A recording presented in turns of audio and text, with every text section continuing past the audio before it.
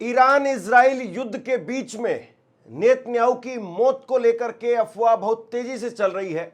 बहुत तरह के अलग अलग दावे किए जा रहे हैं और अब इसको लेकर के ईरान की तरफ से भी जवाब आया है और इजराइल की तरफ से भी जवाब आया है। इजराइल ने नेतन्याहू की मौत की खबर को लेकर के क्या कुछ कहा है और सबसे बड़ी बात यह है कि इजराइल के पीएमओ की तरफ से जवाब आया है। यह खबर की शुरुआत कहां से होती है और ईरान अब इस पर क्या कह रहा है वो भी मैं आपको बताने वाला हूं। इजराइल की तरफ से यह कहा गया है कि नेतन्याहू वो जिंदा है और उनकी जो मौत की खबरें हैं वो चल रही हैं वो अफवाह है। ये इजराइल की तरफ से कहा गया है और वहीं ईरान की तरफ से कहा गया है। मैं केवल 2 लाइन में पहले आपको बात बता रहा हूं, उसके बाद में विस्तार से हम इस पर बात करेंगे। ईरान की तरफ से कहा गया है कि अगर वो जिंदा है तो उसे ढूंढ करके मारेंगे। वो सैकड़ों बच्चों के, लाखों बच्चों के मौत का हत्यारा है और उसको ढूंढ करके मारेंगे, ये ईरान की तरफ से कहा गया है। कुल मिलाकर के आप देखिए कि 15 दिनों की जंग हो चुकी है और 15 दिनों की इस जंग के बाद में नेतन्याहू को लेकर के जो खबरें चल रही हैं, और वो भी तब जब खामेनेई को आप मार चुके हैं। हालांकि खामेनेई को लेकर के भी बीच बीच में कई बार ऐसी खबरें भी सामने आई कि कहीं ऐसा तो नहीं है कि खामेनेई की मौत हुई नहीं है, खामेनेई अभी जिंदा है और अमेरिका और इजराइल इनको बहकाने के लिए ये पूरा एक जाल जो है बुना गया और उसमें ईरान, उसकी भी एक तरीके से जो है वो रणनीति है कि किसी तरीके से जो अमेरिका के जासूस हैं, CIA के, मोसाद के जो जासूस हैं, इजराइल के जासूस हैं, उन सब को झूठी खबर जो है पहुंचा दो और वो सारी खबरें जो है जाकर के इजराइल को देंगे, अमेरिका को देंगे और फिर अमेरिका का ध्यान हट जाएगा एक तरीके से। अब इन बातों में कितनी सच्चाई है इसमें आप देखिए, क्योंकि उनके बेटे मुस्तफा खामेनेई, उन्होंने आकर के इस बात की पुष्टि की है कि हाँ उनकी शहादत हो चुकी है और जिस वक्त में उनके ऊपर मिसाइल गिराया गया वो नमाज पढ़ रहे थे। तो बहुत सारी बातें अभी तक सामने आ चुकी है 15 दिनों के इस युद्ध में। लेकिन अभी कल से ये खबर जो है वो लगातार जोर पकड़ रही थी, कल से ये चीज़ें सोशल मीडिया पर वायरल हो रही थी, लेकिन जब तक ऐसी खबरों पर कोई पुष्टि ना हो जाए मुझे लगता है कि बात नहीं करनी चाहिए। लेकिन अब चूंकि दोनों देशों की तरफ से इस बात को लेकर के जो अपने अपने स्पष्टीकरण दिए गए हैं, तो इस पर कम से कम अब बात होनी चाहिए कि आखिरकार इसका युद्ध पर क्या असर पड़ रहा है और युद्ध में कौन कहां पर खड़ा हुआ है। और युद्ध केवल आमने सामने तोपों से नहीं होता है, बल्कि इंफॉर्मेशन वॉर भी होती है। सबसे पहले मैं आपको बता रहा हूं कि इजराइल की तरफ से जो कहा गया है वो आप अपनी स्क्रीन पर देखिए। अनादोलू एजेंसी के एक संवाददाता, उन्होंने दफ्तर से पूछा कि क्या उनके पास में सोशल मीडिया पर बढ़ते हुए इन दावों का कोई बयान है। यानी इजराइल के प्रधानमंत्री आवास से जो पूछा कि क्या नेतन्याहू की हत्या कर दी गई है, ये जो है उनकी तरफ से पूछा गया। और इस पर नेतन्याहू के ऑफिस ने, इजरायली ऑफिस ने कहा कि ये फर्जी खबरें हैं, प्रधानमंत्री बिल्कुल ठीक है। ये इजरायली पीएमओ की तरफ से जवाब आया है कि प्रधानमंत्री बिल्कुल स्वस्थ है। अब ये कैसे जो है ये पूरा मामला शुरू हुआ, इस पर हम विस्तार से बात करेंगे, लेकिन ईरान क्या कह रहा है इस मामले पर वो भी मैं आपको बता देता हूं। ईरान जो है उसकी तरफ से जोरदार पलटवार आया है। आज 16वां दिन है इस जंग का, 15 दिन बीत चुके हैं, 16वां दिन है आज। और IRGC ने कहा है कि अगर इजराइल के प्रधानमंत्री बेंजामिन नेतन्याहू जिंदा है तो उसे ढूंढ करके मारेंगे। ये IRGC की तरफ से कहा गया है। अल जजीरा के मुताबिक IRGC ने कहा है कि बच्चों का हत्यारा अगर जीवित है तो पूरी ताकत से उसका पीछा करेंगे और उसे मारेंगे। अब देखिए ये जो खबर है, जैसे ये मामला जो शुरू होता है, ये 13 मार्च से शुरू होता है। 13 मार्च को एक वीडियो आती है और उस वीडियो के जरिए जो है वो कहा गया कि नेतन्याहू, उनकी 6 उंगलियां जो दिखाई दे रही हैं और जो फोटो बनाए गए या जो वीडियोस बनाए गए, अब उसमें छेड़छाड़ की गई थी AI के द्वारा, ये भी बातें सामने आ रही हैं। लेकिन ये कहा गया कि उनकी जो है, जो नेतन्याहू की तरफ से उनके एक्स पर एक वीडियो साझा किया गया था, इसमें उनकी 6 उंगलियां दिखाई दे रही थी। पीछे के जो झंडे थे वो भी हिलते हुए नजर नहीं आ रहे थे।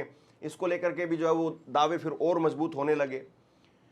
और फिर इसके बाद में जो है ये अफवाह लगातार फैलती चली गई कि ये कहीं ना कहीं ऐसा तो नहीं है कि एयर स्ट्राइक के अंदर ईरानी एयर स्ट्राइक में नेतन्याहू की मौत हो गई है और इसलिए एआई वीडियो बनवा करके इजराइल जो है वो अपनी साख बचाने की कोशिश कर रहा है। लेकिन फिर धीरे धीरे जो है वो मामला साफ होता चला गया कि ये एआई वीडियो है। अब सवाल किसने उठाए थे वो भी मैं आपको बता देता हूं। अमेरिका के एक टिप्पणीकार हैं जो लगातार टिप्पणी करते रहते हैं, कैंडसे, और उन्होंने जो है वो कहा था कि बीबी कहाँ है। ये नेतन्याहू का शॉर्ट नेम कहा जाता है बीबी, और बीबी कहाँ है। उन्होंने एक पोस्ट लिखा था कि इजरायली पीएम कार्यालय उनके फर्जी एआई वीडियो जारी क्यों कर रहा है और फिर हटा क्यों रहा है, और व्हाइट हाउस में इतनी दहशत क्यों फैली हुई है। ये बातें जो उनकी तरफ से कही गई। तो देखिए फिर जो है वो लगातार सोशल मीडिया आप जानते ही है कि किस तरीके से काम करता है। और दो बड़ी बातें यहां पर आप और समझ लीजिए। यहां तो जो बातें कही जा रही थी वो इधर उधर से कही जा रही थी। मुज्तबा खामेनेई को लेकर के बार बार जो है वो अफवाह फैलाई गई।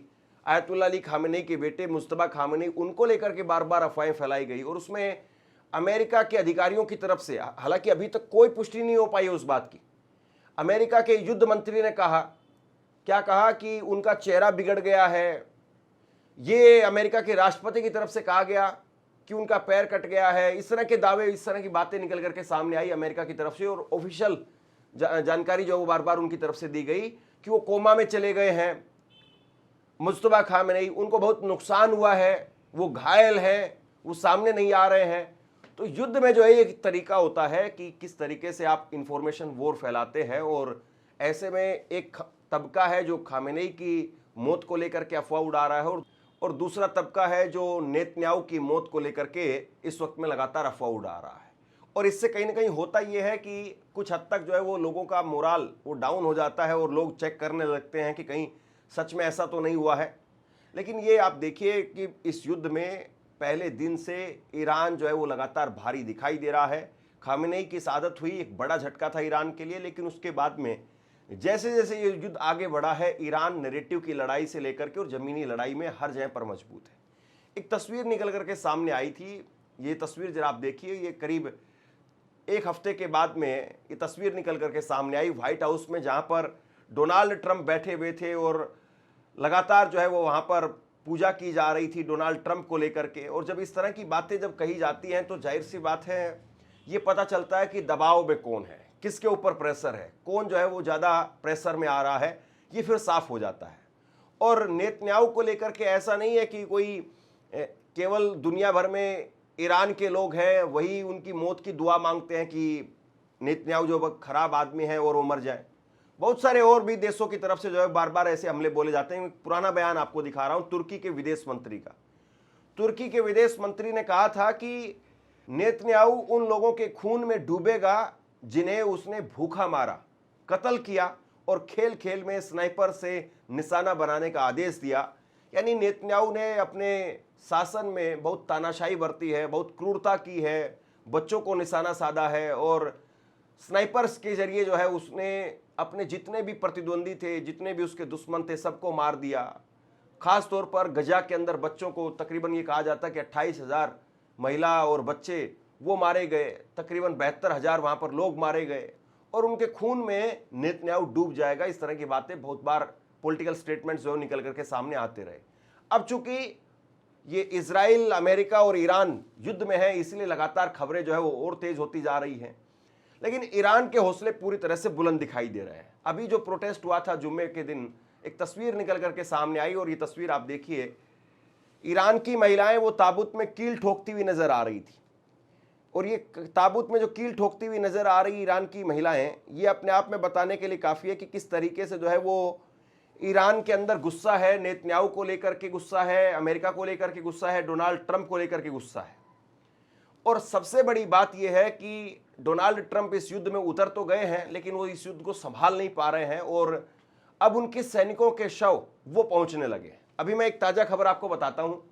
ये एक तस्वीर आप देखिए जिसमें 6 क्रू मेंबर्स, उनकी फ़ोटो जो है जारी की गई है, बाकायदा उनमें नाम लिखे हुए हैं और ये अमेरिकी सैनिक हैं जो F-135 अमेरिका का रिफ्यूलिंग विमान वो क्रैश हुआ, जिसको ईरान ने कहा कि इराक के अंदर जो इसको मार दिया गया है, उसमें 6 क्रू मेंबर थे और 6 क्रू मेंबर्स की जो है जान चली गई और अब अमेरिका की तरफ से उनकी बाकायदा फ़ोटो जारी की गई है।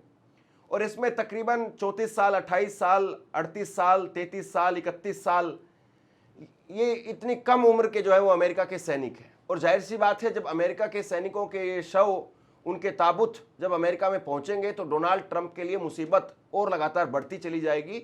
और दूसरी बड़ी बात यह है कि लगातार इंटरसेप्टर वो इजराइल के ख़त्म हो रहे हैं।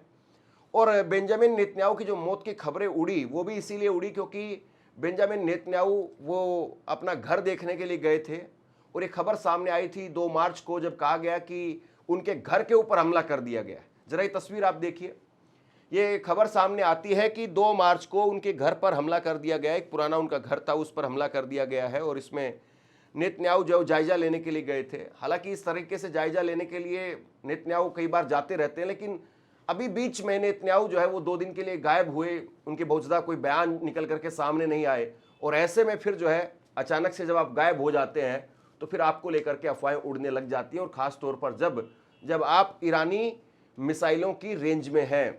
मैं एक तस्वीर आपको दिखाता हूँ और इस लोकेशन के जरिए आप देखिए, ये एक मैप है और इस मैप में दिखाया गया है कि जहाँ जहाँ पर ईरान की मिसाइलें पहुँच रही हैं, जहाँ पर लगातार अलार्म बज रहे हैं, वो रेड सिंबल से जो है यहाँ पर दिखाया गया है।